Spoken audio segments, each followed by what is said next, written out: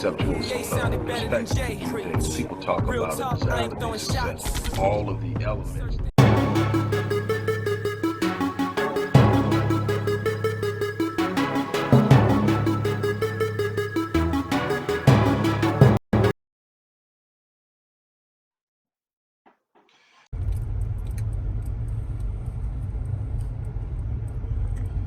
Hey everybody, Dr. Rick Wallace here, dropping in on you. I hope that everything is going well.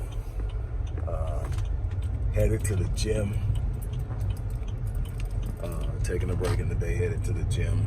Getting there a little later than I wanted to, but that's how the schedule is normally set up on Tuesday. But anyway, I wanted to drop by and talk about something that you would think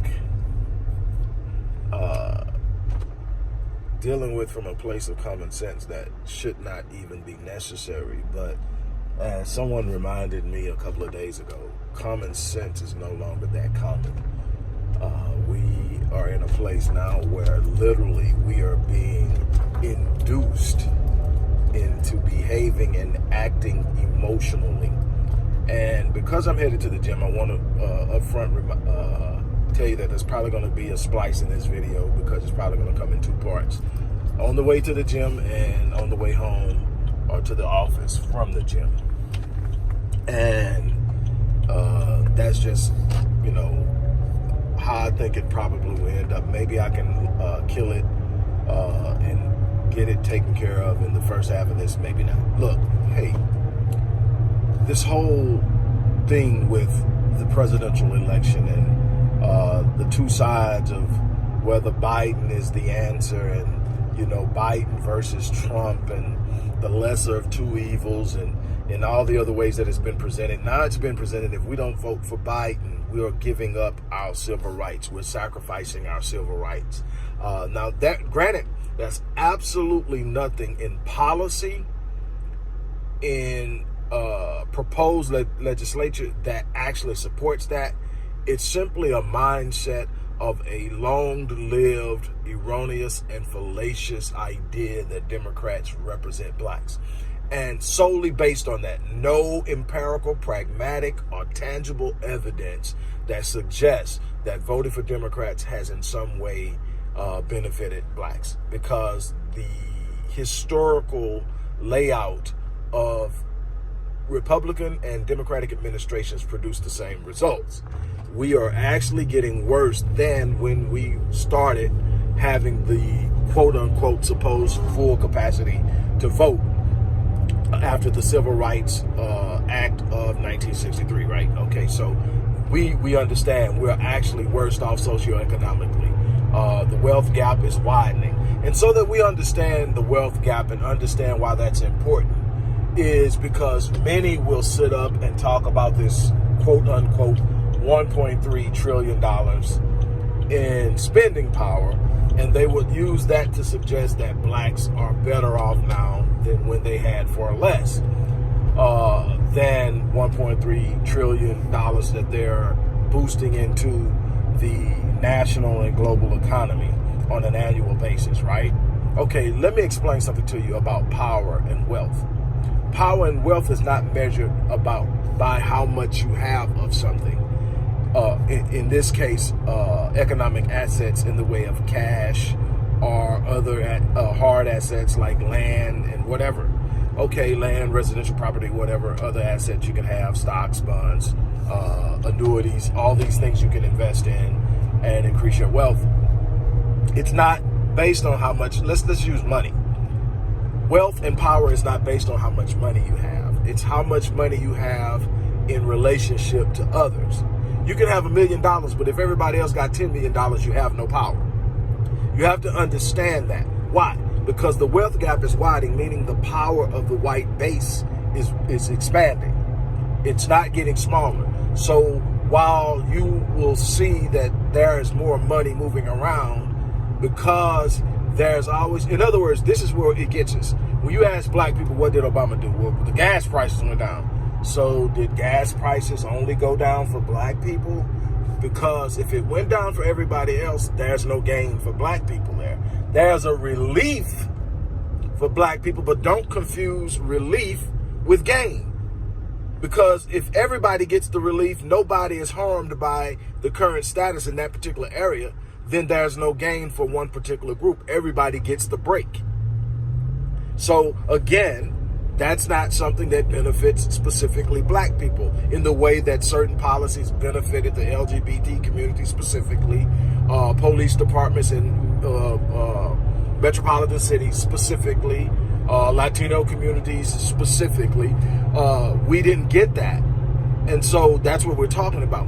So when it comes to this idea of voting for less evils, I need a question answered for me. Since when did voting for a particular candidate stop being about the qualifications of the candidate and more about someone else? Because all of the things that I'm hearing about Biden has the name Trump attached to it. We've got to get Trump out. He's better than Trump. Anything is better than having Trump. It's not about how awesome and great Biden is. It's that he's not Trump. When did that become the criteria or the base of making a decision on who you're going to get behind? He's an ass, but he's not that ass. When did that start making sense? It has never been a viable way of choosing candidates. Let me explain something to you. At the basis of basic politics, it's about this. A group of people getting together as a group and finding a politician they can control. Unfortunately, for blacks, it's been about getting together and finding a politician they can trust. You are not going to find politicians in and of themselves, as a general rule, especially career politicians, that you can trust. What you need is one that you have leverage through which you can control by way of your vote, by way of your economic prowess and impact. If you don't have an economic floor, an economic foundation, something through which you can impact them financially, something which you can impact their political career through voting, then you don't have any power. That's why you don't spend your vote on somebody that's not worthy of it. That's how you protect the worth of your vote, by saying you got to give me something for it. Not because I like you better than I like him. Because you don't know any of them. They don't know you. So what are you doing? You're saying, if I'm going to start a relationship with you, the relationship is going to be based on me making a demand and you meeting the demand. Can you do that? How do you plan on doing that? What are the specific ways you're going to do that? Now, keep in mind that Joe Biden has come out and said specifically what he plans to do for the LGBTQ community, not for blacks. And his Freudian slip about if you gotta figure out who you're gonna vote for between me and Trump, you're not black. That's a Freudian slip. That's a release and that's a subconscious illumination of what he thinks inside and his sense of entitlement to the black vote. That all I gotta do is be Democrat. All I have to do is not be Trump.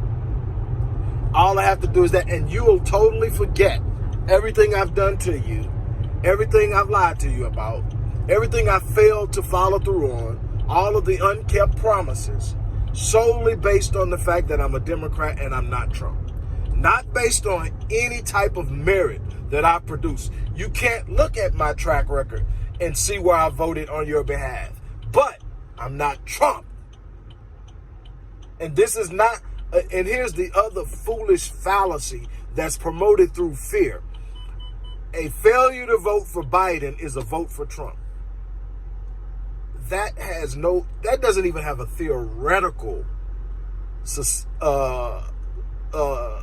ability to sustain it theoretically.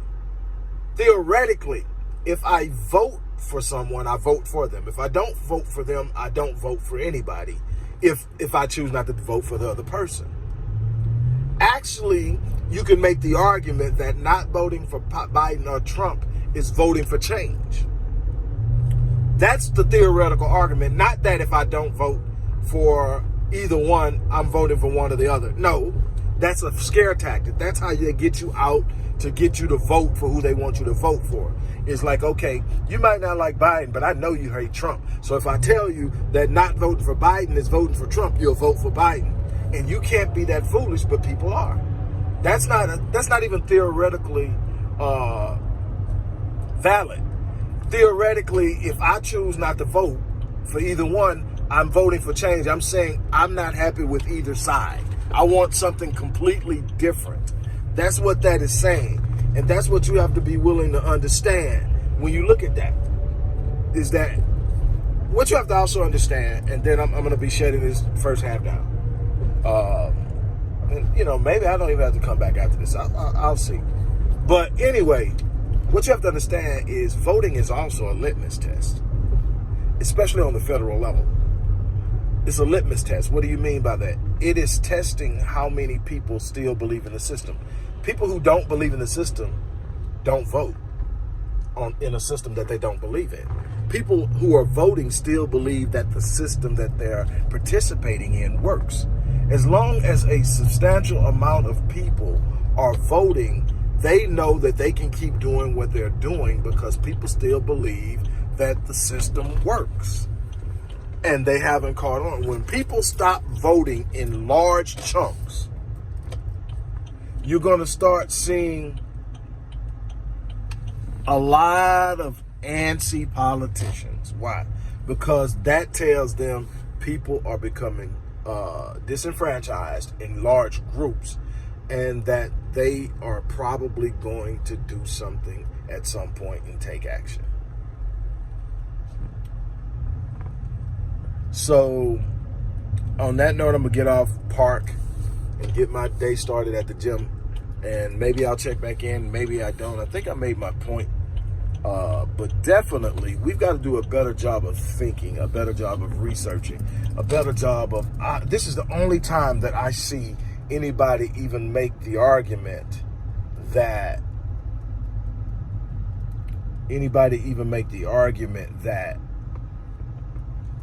voting for the lesser evil or spending something valuable, let me use this argument. This is the only time I see somebody say that voting or spending something valuable on something that's not worthy makes sense. You talk about how worthy or how valuable your vote is, and yet you spend it on nothing. You get nothing in return for it but a good feeling of saying, I got that guy out. But you have nothing in return for it. If you're getting nothing from one place and you're getting from nothing from another place, then you need to find something different to do. Giving your vote away if it's valuable without demanding something for return, something in return for it, is simply not feasible. It doesn't make sense. You have to do that. Dr. Rick Wallace, I'm back at you. Part 2 of the ideology that supposes that we vote for someone based on comparison rather than merit. When you consistently put out a situation in which you are now saying I'm voting for someone based on how they measure up to someone else, you allow a system to present to you the options it desires to present to you, and you to believe that you have no other choice but to cast your vote for one or the other. You thereby cheapen your vote because you reduce your options. Now, there are multiple options outside of voting for Trump or for Biden. I know for the average person, that doesn't make sense because for years we've been told when November rolls around, these are the two people that you have to vote for. In some rare instances, there has been a third independent candidate, which we knew had no chance of winning the election. So what did we do? We voted for the candidate that we felt was the less intrusive, abusive, and manipulative and untrustworthy out of the two. And we ended up with the same results. a system that continued to screw us because it was designed to do so. See, the idea that your candidate has to win for your vote to be important is lost in this assumption or this postulation that I have to vote for a particular person based on another person, and if that person doesn't win, I lose. No, sometimes you vote for the person you believe in, and the message that you send when you do it is the leverage that you have moving forward. It's understanding the basic science of politics, human relationships, human encounters, negotiations, and leverage. You have to create leverage if you expect to be able to have some influence on how things go. Without leverage, you have no influence, you have no power, you have no control. And when you give your vote away solely based on what is presented to you and based on some political identity without the search and examination of merit, you lose. You lose, and you send a message that no one has to do anything for you to get your vote. They simply have to identify as being a part of a particular party or to show you how they're better than the other option. Not because they're better, but because they may not be as offensive as the other person. We are not even looking at political records. Number one is Trump isn't a career politician, so there isn't this long record. Now we can look at his behavior as a business person, and there are obviously some things that Trump has done that got him on my bad side a long time ago. One was the way that he used his wealth and his influence to malign the Central Park Five. And so we're talking about almost 30 years ago that he did that. I never forgot about it. And while I paid attention to some of the business moves he made, I never liked him as a person. And that doesn't have anything to do with how I deal with him. Now, when it comes to political policy, doesn't have a whole lot to go on. He comes in with no political background and becomes the president. Totally sends a message to me of where we're at right now. This isn't the America I grew up in the sense of politics. In order to even be considered for president, you had to have a resume. You had to have a pedigree. Barack Obama began to knock that down, not because he didn't have a political resume or that he didn't have somewhat of a pedigree, but definitely not one extensive. He didn't have any relatives that were politicians. He didn't come in behind daddy or uncle or anything like that, technically.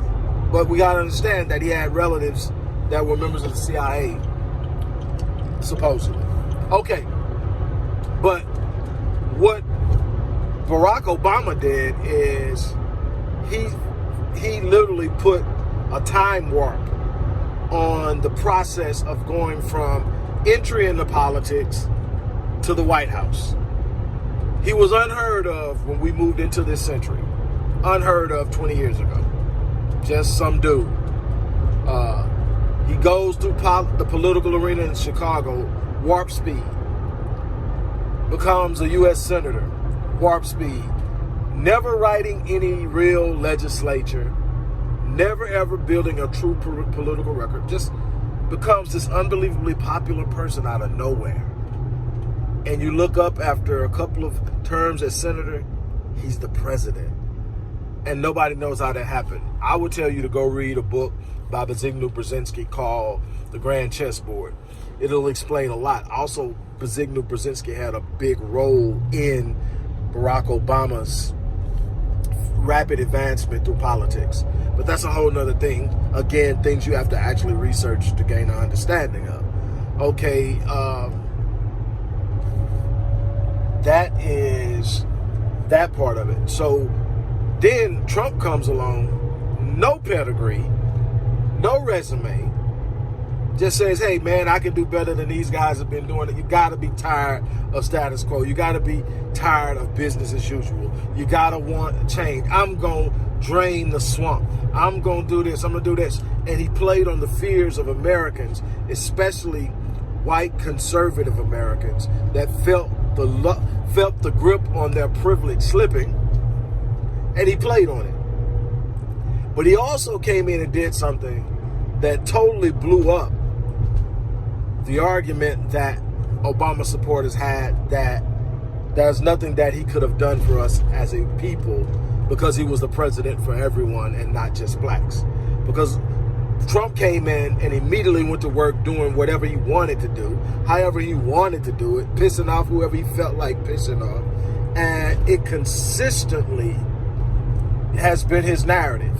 He does and says what he wants to do. He has bucked all of the traditional movements, behaviors. He stood up and he has just bucked on every situation, every single thing that you would normally measure place a standard on as being presidential. He is outside of the lines on it. He has colored outside the lines in every way possible, and he has gotten away with it. And so the idea that there's nothing that Barack Obama could have done, that's blown completely out of the water. There was a whole lot Barack Obama could have done. Barack Obama chose not to. That is what it is. People are going to get pissed off about it, but frankly, the truth is the truth. Because Barack Obama did do something for the LGBTQ community. I hope I said it right now. He did do something for the police unions as they lobbied in the midst of police officers killing black men at an unparalleled rate. So he chose in what he was going to do, and he did it. He had his own things he was working on, and he did what he was going to do, and that's that. He was a politician like every other politician before him that came into the White House. That is what it is. Okay, here's my final say on this entire thing. My final say on this entire thing is, look, we can't act off of emotion. We can't be guilty of letting our emotions govern our decision making in something so prevalent and so gravity rich. It's so much hanging on how we handle ourselves politically. Not just this election, but how we move as a people within the realm of political dynamics.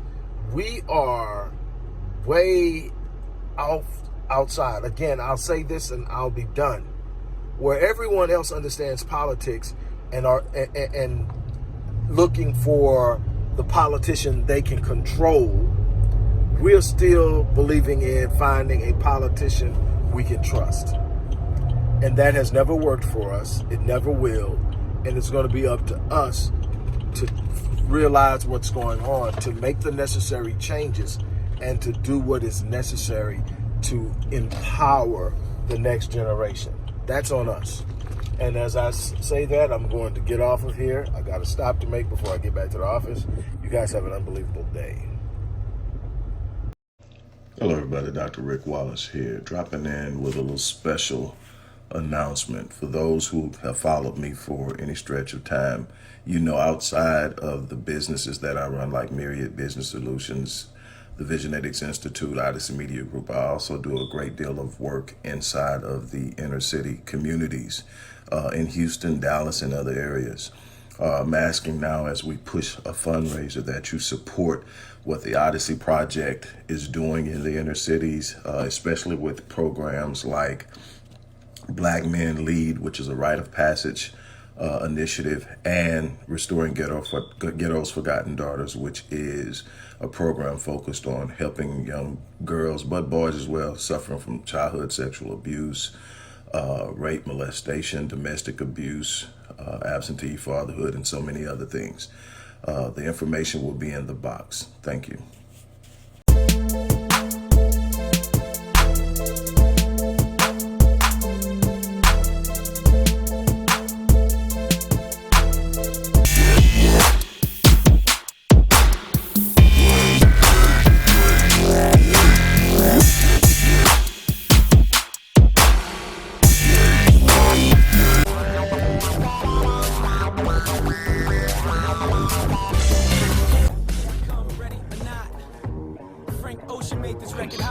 from a conceptual perspective, people talk about it as all of the elements